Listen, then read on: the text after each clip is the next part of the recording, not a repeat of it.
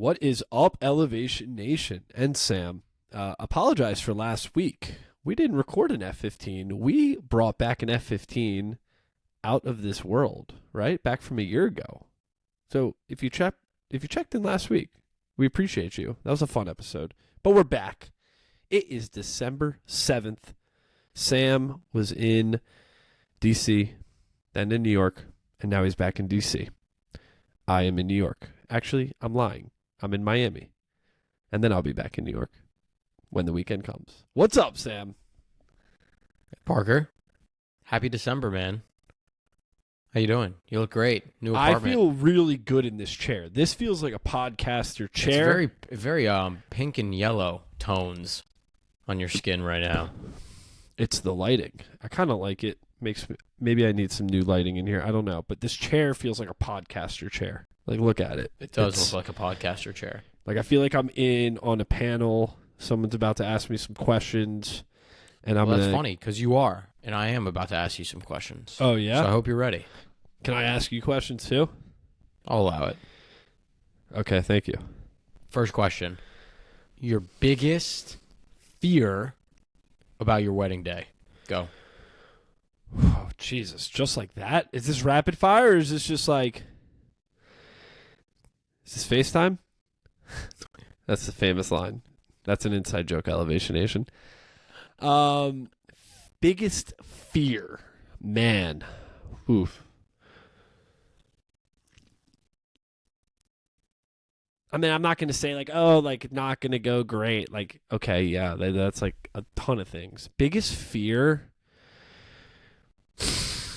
is not taking like a moment and like acknowledging it and like fully embracing like, wow, holy shit, today is like the day I'm getting married. Because what I've heard is that the day is so fast, there's so much happening that it's almost hard to do that. That's why you videotape it.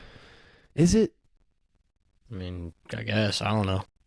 All right. See, my biggest fear for your wedding is losing the Botching rings. your speech? No. I don't care if I do that. If I lost your rings, I'd be really Who sad. says you're holding these rings? That's for Mr. Julian. Oh, Julian's holding the rings? All right, then my biggest fear is Julian losing the rings. It's still Julian my will fear. never lose the rings because Julian is the master ring bearer, and yeah, he will lock those things down. All All right. right, my question for you is, what is one thing that you own today that you would have questioned about yourself 5 years ago? A podcast mic in studio. Really? You would have questioned that? Yeah, what are we doing? And boxing gloves. Fair enough. Mine is an eye mask. I would have never. I used to make fun of you for wearing one. Now I'm wearing one. Oh, And we used to make fun of Schiff for wearing earplugs too. So and how I wear earplugs all the time. no, but I will say I like to say like something that has definitely changed like my sleep game is this eye mask. I highly recommend if you wake up in the middle of the night, a sleep mask is a great way to at least trick your body thinking that you're still asleep even though you might be awake. Like, I don't know. It works. It's helpful. Also, Sam Fitel, shout out. I told you I'd give you a shout out on this pod. Just got me into my first electric toothbrush. He had an extra one, so I had to take it from him. You don't have an electric toothbrush? No, I until now? never did. I always went with the manual. Is that serial killer trait? I mean, it's definitely not a healthy dental hygiene trait. Talk to Jake Hyatt. He's our resident dentist. All right. Well, shout out to Sam Fitel and Haley Golub for convincing me to get an electric toothbrush. I am 2 days in, and I will have to say, I am fairly pleased, even though I put less toothpaste now on my toothbrush because it's smaller surface area. Good to know. Are you flossing? Every day. Good. Are you flossing? Of course. I used to be so bad flossing, and I'm talking about I 1 love month ago. flossing. My life up I until love 1 month ago. flossing. That's disgusting. Repulsive, sir. Okay, next question. All right. Who is someone you've met in the past 5 years that you can't believe you met? I can't believe I met. Yeah, that you're like, wow, that was awesome.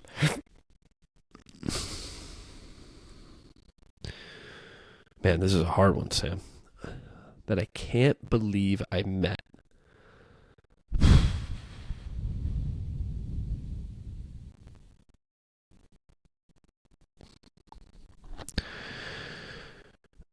mean, like, I'm not gonna say some famous person because, like, I've never like met a famous person. I feel like, well, a lot of these elevators are famous, so, but like, like crazy famous. I don't know. I think I always come back to the Rich Keller story. I know it's a cop out, not a cop out for you, Rich, but it's just we always bring you up and we love you.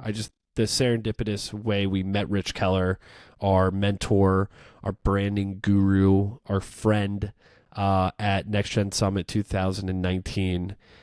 Just so serendipitous how we came together and we met, and then little did I know you and my dad were fraternity brothers, and look where we're at now. So shout out Dick.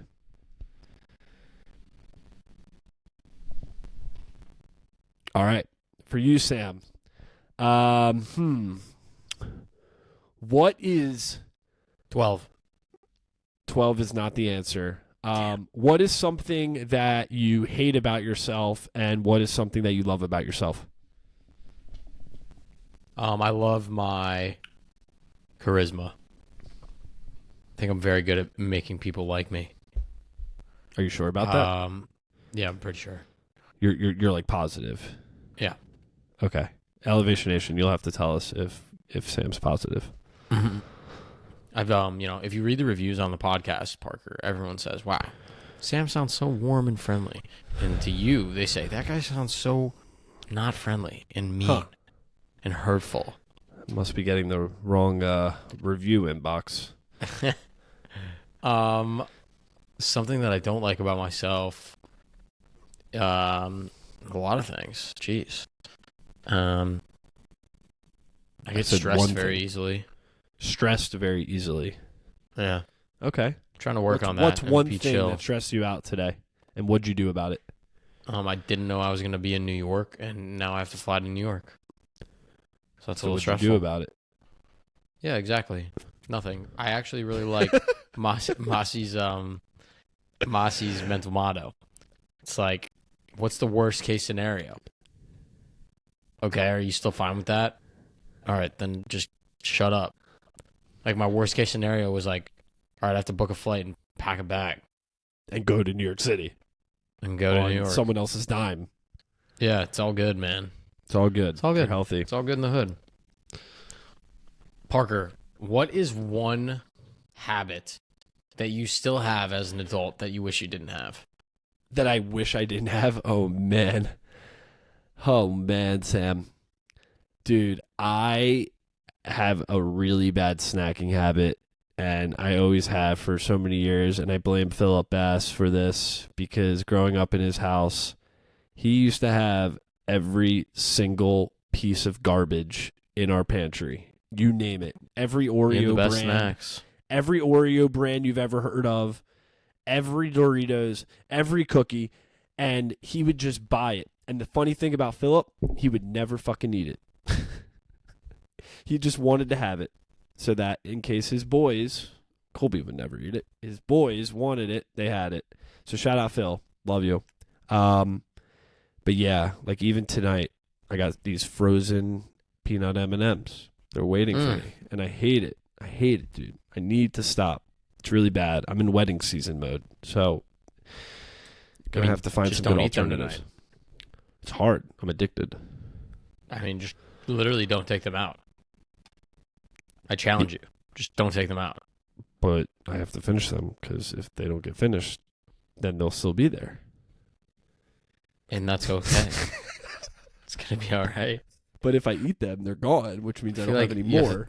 I feel like we need to get you on the phone with Robin Kotler so she can help you break your bad eating habits. Fair enough. We always ask people on the podcast, what's a book that they recommend? What's a book that you'd read this year that's changed your mindset? Well, let me pull out my book list from this year. See what we got. One book this year specifically. Yes, this year. I have to remember. I have all the books over the years. Okay. Let's see. I'm gonna have to go with my favorite author of all time. Parker, can you guess who that is? Your favorite author of all time? Is your favorite author is not Edgar Allan Poe. Mm-mm. It is not. Oh, it's Michael Pollan. It is Michael Pollan. Yeah. That's a good friend right there.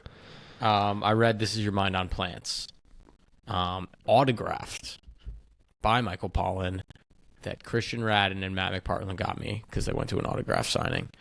And I just absolutely love how he approaches topics, and his writing style truly resonates with me. And I really enjoyed learning about caffeine and opioids, and it was very interesting. He's a good dude. Great I dude. love how he throws himself and immerses himself in the things he It's writes so about. cool. It's What a super cool incredible. life. Investigative journalism Literally. at its finest. All right, Parker, what is one regret you have from the past 5 years? It's a good point, Sam. One regret I have in the last 5 years.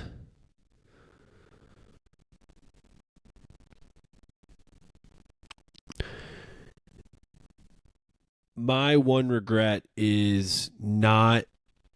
Well, I mean, I feel like a few. Not if I really think about it, but if we're getting really deep here, my one regret is you get bogged down in like the everyday like grind of work, for example.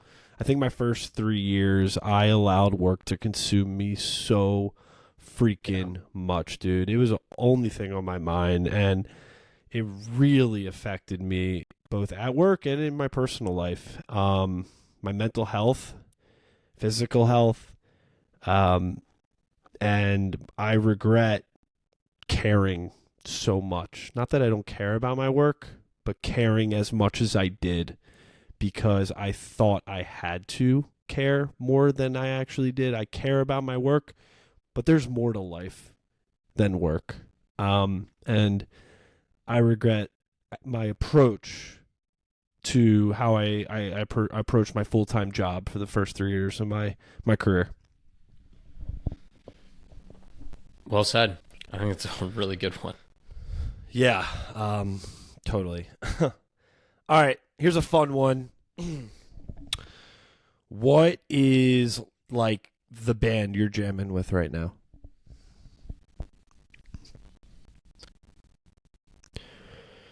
Goose. Kurt Cobain.